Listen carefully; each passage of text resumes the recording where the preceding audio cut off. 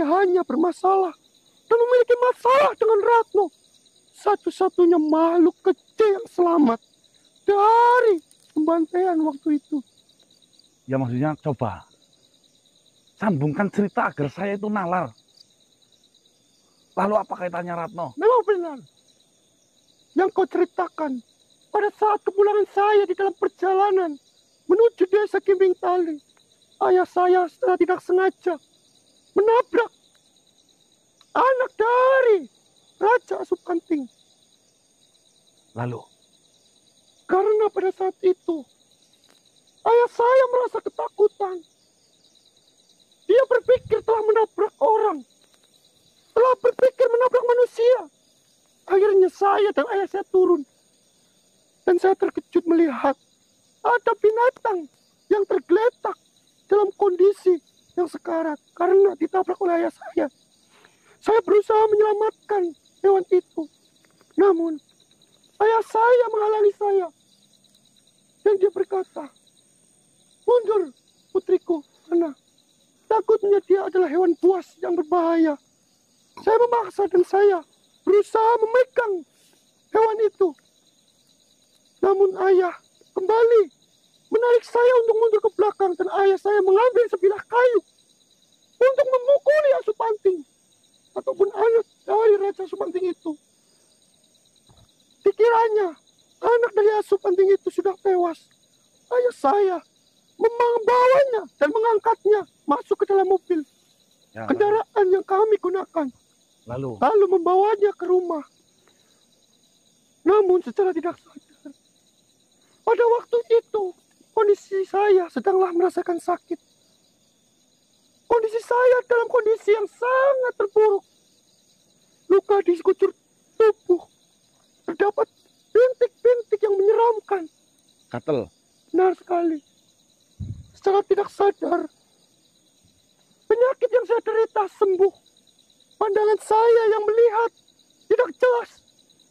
Setelah saya sampai di rumah, saya dapat melihat dengan jelas dan saya menjadi cantik.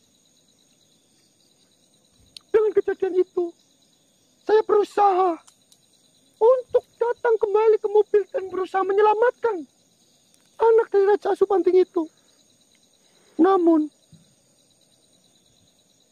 secara tidak terduga, Asupanting itu bangkit. Asupanting itu mengamuk.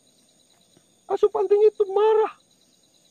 Dia hampir saja menghancurkan kendaraan ayah saya.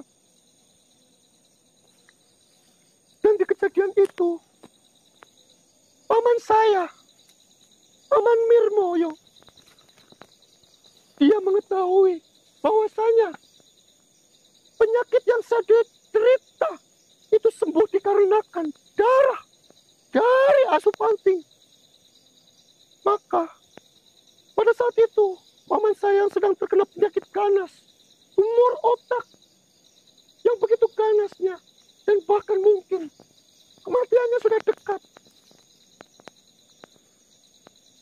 Ayah saya ataupun paman saya bersekongkol dan membunuh anak Asupanting itu dengan senjata dan menembaknya. Lalu paman saya mengambil darah dari anak Asupanting itu lalu meminumnya dan akhirnya paman saya sembuh dari sakit. Tumor itu hilang. Dan paman saya memiliki pemikiran untuk mengambil semua darah dari anak Asupanting itu dan membawa Asupanting itu masuk ke dalam gudang dan mengambil semua darahnya, diletakkan di sebuah wadah yang akan dijadikan untuk obat. Untuk dijual nantinya. Benar sekali.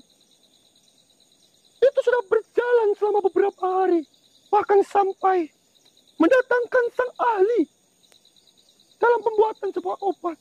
Dan juga ayah saya mengundang Ratno untuk berjaga-jaga karena ayah saya merasa hewan yang telah dia bawa bukan berasal dari bumi, bukan berasal dari bangsa hewan ataupun manusia. Dia seperti sejenis siluman ataupun iblis. Sehingga Paman Ratno yang bisa dan mengetahui hal itu, ayah saya undang untuk berjaga-jaga dan memastikannya. Dan ternyata memang benar. Itu adalah rombongan Asupanting. Bukan dari golongan manusia ataupun golongan hewan. menyerang. Di tengah malam, para rombongan Asupanting itu datang dan menyerangnya.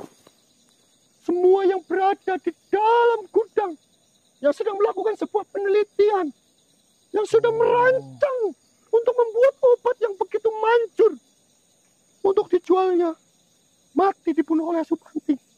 Namun, darah dari anak Raja Asupanting itu dibawa oleh Ratno si bajingan ini. Nah, tujuan Asupanting menginginkan Ratno mati apa? Inginnya apa? Darah dari anak Raja Asupanting itu disimpan oleh Ratno dan dibawa oleh Ratno. Entah di mana dia menyembunyikannya. Dia bersekongkol dengan siapa? Jika saja dia berkata jujur, jika saja dia mengatakan yang sejatinya, semua permasalahan ini selesai. Tapi habisnya apa? Dia malah mencari-cari kelemahan dari Asupanting.